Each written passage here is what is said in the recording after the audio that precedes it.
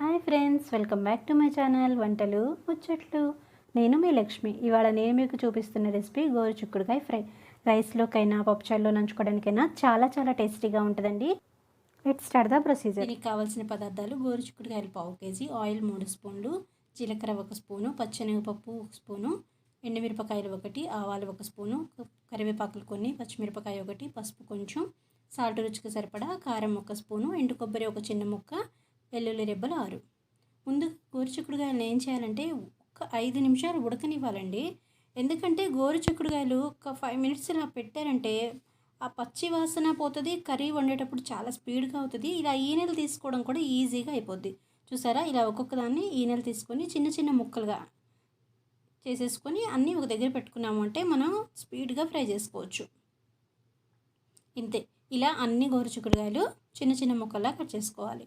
ఇప్పుడు మనం స్టవ్ వెలిగించుకొని ప్యాన్ పెట్టుకొని, ప్యాన్ హీట్ అయిన తర్వాత ఆయిల్ వేసుకుందాం.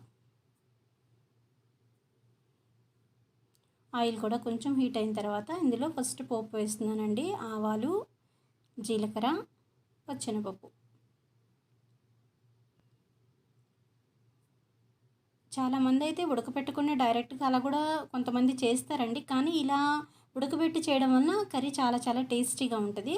దీనిలో పోపు వేగిన తర్వాత ఎండుమిరపకాయ వేస్తున్నాను. ఒక ఎండుమిరపకాయ తుంచి వేసుకోవాలి చిన్న ముక్కల్లాగా. ఒక 4 వెల్లుల్లి రెబ్బలు దంచి వేస్తున్నానండి.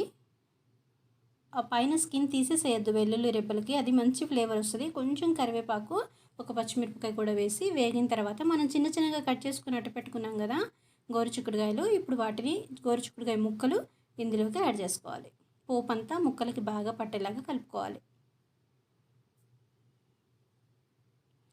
మగ్గుతూ ఉంటుందండి గోరుచిక్కుడుకాయ, కొంచెం మగ్గడానికి కొంచెం టైం పట్టిద్ది, ఒక 5-10 నిమిషాలు. ఈ లోపల ఏం చేద్దామంటే ఇందులోకి కొబ్బరి పొడి వేయాలి.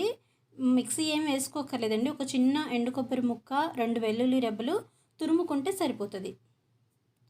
లేదు మిక్సీ వేసుకున్న మీ ఇష్టం. తురిమేసేసి ఆ పేస్ట్ ఇందులో వేసాము అంటే పొడిలాగా అనమాట, పేస్ట్ లాగా కాదు, పొడిలాగా వేస్తే ఫ్రై చాలా బాగుంటుంది. ఇప్పుడు కొంచెం వేగిపోయినాయి. దీనిలో పసుపు, ఉప్పు వేసి ఇంకా కొంచెం ఫ్రై చేసుకోవాలి గోరుచిక్కుడుకాయలని. పసుపు ఉప్పు బాగా పట్టేలాగా ముక్కలకు కలుపుకొని మగ్గనివ్వాలండి కూరని బాగా.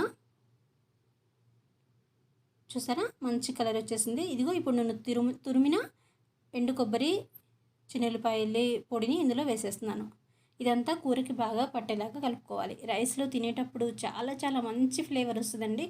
చాలా చాలా టేస్టీగా ఉంటుంది ఈ పౌడర్ వేయడం వల్ల. ఇప్పుడు దీనిలో ఫ్రై అంతా రెడీ అయిపోయిందండి. మరీ క్రిస్పీ ముక్కల్లాగా వేగకూడదు, ఇలా వేగితే సరిపోతుంది.